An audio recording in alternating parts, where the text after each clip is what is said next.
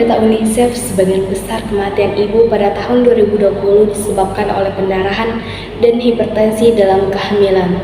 Seseorang dikatakan hipertensi apabila tekanan darah sistolik lebih dari atau sama dengan 140 dan tekanan darah diastolik lebih dari 90. Pada kehamilan dibagi menjadi dua kelompok besar. Yang pertama adalah hipertensi kronik, yaitu hipertensi yang muncul sebelum usia kehamilan 20 minggu.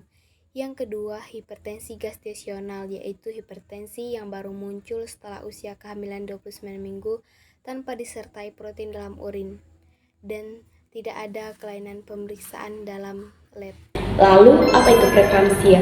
Preeklamsia adalah hipertensi yang muncul setelah 20 minggu usia kehamilan, disertai salah satu gejala. Berikut yang pertama adalah protein urea, yaitu protein yang ditemukan dalam urin. Normalnya protein tidak terdapat dalam urin air seni. Selanjutnya adalah gangguan pada organ. Yang pertama adalah gangguan pada ginjal yang diketahui dari peningkatan serum kreatinin pada hasil lab.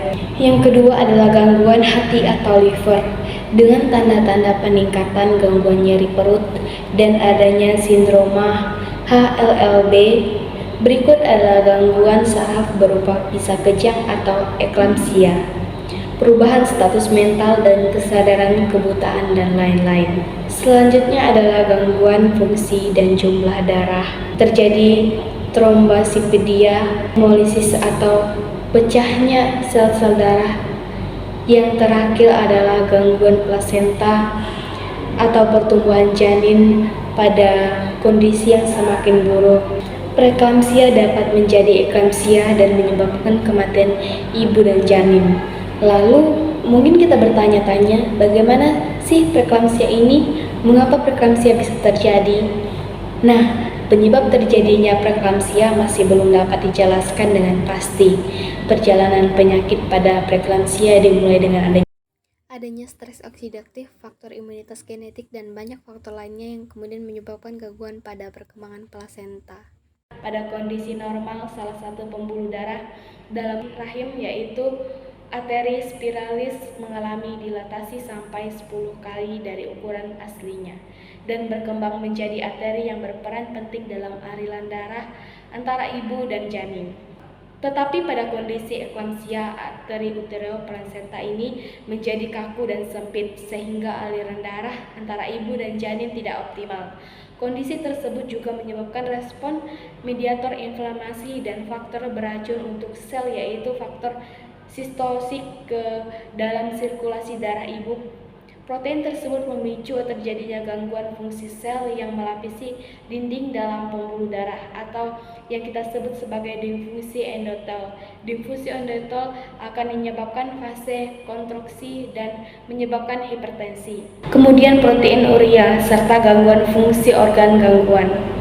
Fungsi organ tersebut berupa gangguan fungsi ginjal, gangguan liver atau hati, dan gangguan sistem saraf dan penumpukan cairan di paru, gangguan komponen darah itu disertai gangguan perkembangan plasenta dan pertumbuhan janin dalam rahim. Siapa saja sih yang memiliki risiko penderita preeklamsia? Yang pertama, ibu yang memiliki riwayat preeklamsia sebelumnya.